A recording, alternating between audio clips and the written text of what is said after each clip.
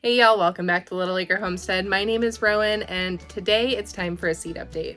I'm happy to report that once I moved that space heater out here, tons of my seedlings came up and I'm so excited.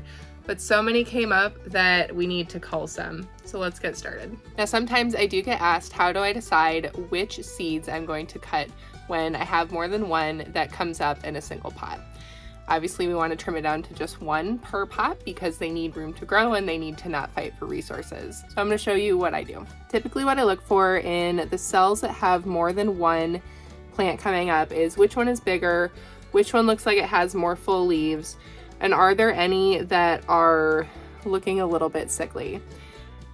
Fortunately, or unfortunately in this case, I guess, pretty much all of my seedlings look really healthy with pretty rare exceptions, so I'm just gonna have to pick one and definitely not feel any guilt about it.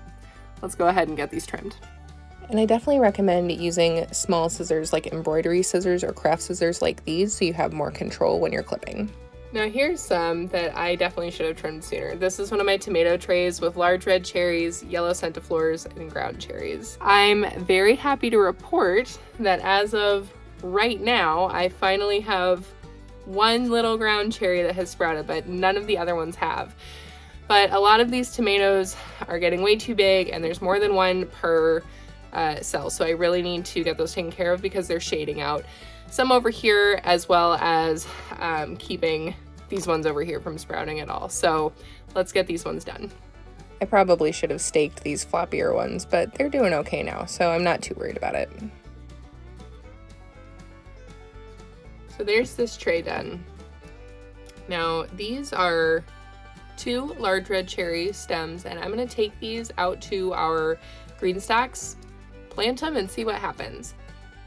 All right, I really should have trimmed these sooner. It's been very difficult to get out here this year just because of everything going on, but we're getting there. We're gonna take care of them. We really were not expecting to have such a hard time getting our garden started this year. We moved to this property in December last year, and we knew that we were going to need to put in temporary beds and really push at the beginning of the year to get things done. But we seriously underestimated how much work it would take to get our garden in, clear the land, and be parents to an infant and a 5-year-old all at the same time.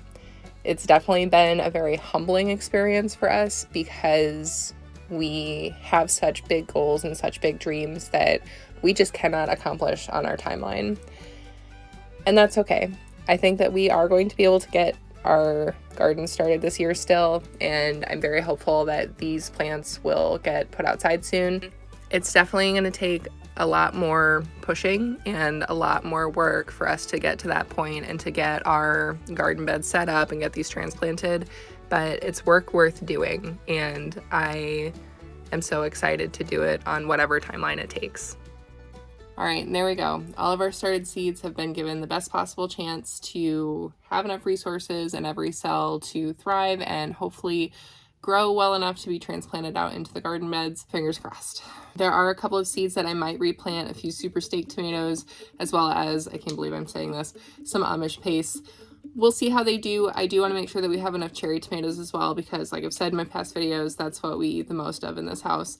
But our peppers really took off. I don't think there were any that didn't grow, which is fantastic. Also, you may notice there is a tray missing here that was all nasturtiums.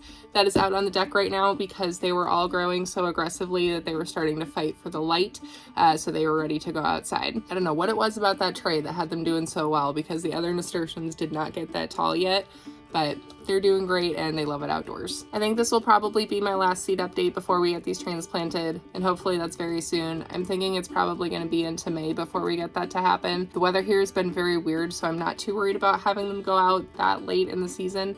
I think it's going to be just fine. Other than that, send your green growing vibes to my sweet little starters in my garage. Thank you so much for stopping by Little Acre Homestead and for subscribing, and we'll see you again very soon.